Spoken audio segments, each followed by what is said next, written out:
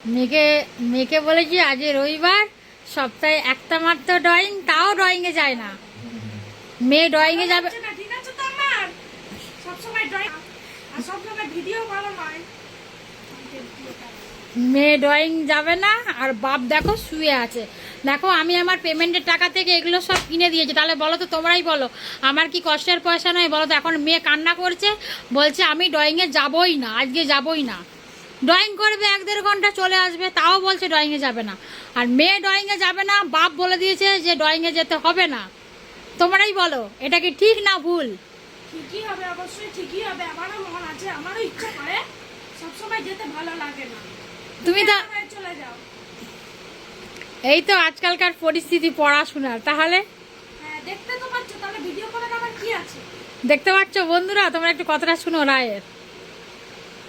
কত ভালো রায়, দেখো দেখো দেখো। না, আর না, না,